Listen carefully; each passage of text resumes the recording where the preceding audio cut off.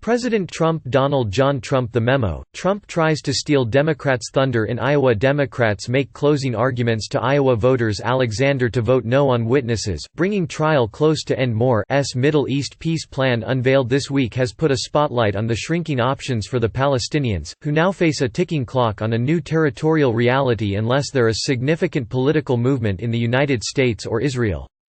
Palestinians have rejected the plan outright, with Palestinian Authority President Mahmoud Abbas responding with 1,000 no's and calling for mass protests.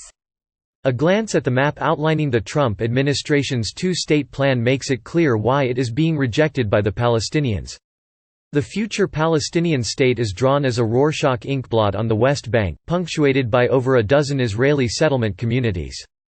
One element of the plan suggests transferring established Arab communities in Israel to a future state of Palestine.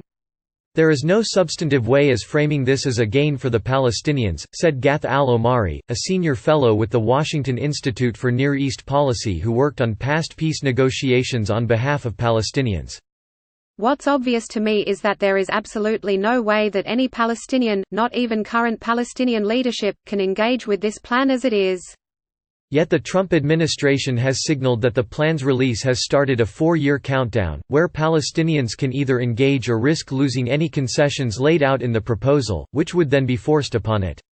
Israeli Prime Minister Benjamin Bibi Netanyahu Moore said during the unveiling ceremony on Tuesday he plans for Israel to apply its laws to the Jordan Valley, to all the Jewish communities in Judea and Samaria West Bank, and to other areas that your plan designates as part of Israel and which the United States has agreed to recognize as part of Israel. Netanyahu's chief political opponent Benny Gantz, head of the Blue and White Party, has proposed putting the Trump peace plan to a vote in the government next week to record any opposition, highlighting key disagreements among the political parties and against the incumbent prime minister ahead of national elections on March 2. Religious and right-wing parties are expected to veto the plan for recognizing a Palestinian state, and Arab-Israeli representatives have expressed strong opposition to the plan's exclusion and disregard for Palestinians. The plan is largely a dead letter, but the facilitation of the unilateral steps that it will bring about is really what could change the situation quite dramatically, said Dan Shapiro, the former U.S. ambassador to Israel under President Obama and visiting fellow at the Institute for National Security Studies in Tel Aviv. Critics say the Trump plan would cement a status quo that gives Israel the final say over all security measures in the Palestinian territories, and by extension, control over the movement of goods and people into those areas where Palestinians could exercise limited autonomy. There are principles that are talked about in this plan, that we've been talking about for a long time: 2 states, achievement of objectives through direct negotiations. But the proposals don't match up with the principles, said Representative Brad Schneider Bradley Scott Schneider, Illinois lawmaker latest to endorse Biden for president. U.S. officials, world leaders arrive in Israel for World Holocaust Forum. House Democrat pushes back against concerns that impeachment inquiry could spark political backlash. Moore, TheHill, a top advocate in the House for bipartisan support for the U.S. and Israel relationship. The timing of the plan's release, between Trump's impeachment trial and the day formal indictment charges were filed against Netanyahu, fuel such criticisms and give Palestinians some hope that the plan will not gain significant traction. It's a summit between the impeached and the indicted. Khalil Yashan, executive director of the Arab Center, a Washington, D.C., think tank, said of the plan. Still, the Palestinian Authority has few allies to push back on the plan.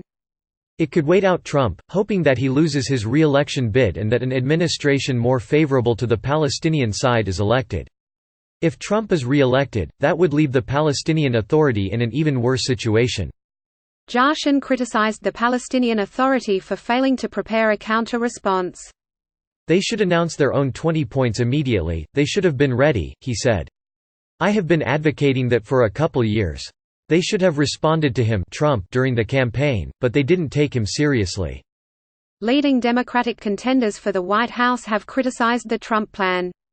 Former Vice President Joe Biden the memo, Trump tries to steal Democrats' thunder in Iowa. Democrats make closing arguments to Iowa voters. Alexander to vote no on witnesses, bringing trial close to end. Moore rejected it as a political stunt, while sends, Bernie Sanders the memo, Trump tries to steal Democrats' thunder in Iowa. Democrats make closing arguments to Iowa voters. Trump mocks 2020 Democrats during Iowa campaign rally. Moore IVT, Elizabeth Ann Warren the memo, Trump tries to steal Democrats' thunder in Iowa. Democrats make closing arguments to Iowa voters. Trump mocks 2020 Democrats during Iowa campaign rally. Moore D-Mass, and Amy Jean Klobuchar. Democrats make closing arguments to Iowa voters. Klobuchar meets with Congressional Hispanic Caucus campaign arm. Bloomberg says he won't change donor policy to make debate stage. Moore D-Min, said it was one-sided. Al-Omari, the former Palestinian negotiator, said a second term for the Trump administration could rewrite the U.S. benchmarks for policy in the Middle East, much like they have already established with moving the U.S. Embassy, recognizing Israeli sovereignty over the Golan Heights and legitimizing West Bank settlements. In a sense, the big battle now is, will this gain traction and become the new terms of reference? Al-Omari said. The other option, he said, is that it would fall to the side like other plans. Another problem for the Palestinian Authority is that Arab nations have not offered an outright rejection of the plan. This is partly because of the closer ties the Trump administration has advanced with Saudi Arabia and other states worried about a confrontation with Iran. Ambassadors from the United Arab Emirates, Oman and Bahrain were among the Arab nations represented at the plan's unveiling in the White House, and public statements from Saudi Arabia and Egypt have offered support for Trump's efforts. The Palestinians had a wake-up call over the last couple of years as interest in the Palestinian national cause has waned, particularly among the Sunni Arab states, said Jonathan Schanzer, vice president for research at the Foundation for Defense of Democracies, a Washington-based think tank. Their tacit support for the Trump plan should be an indication that the Arab League is not in their corner, now or even potentially in the future.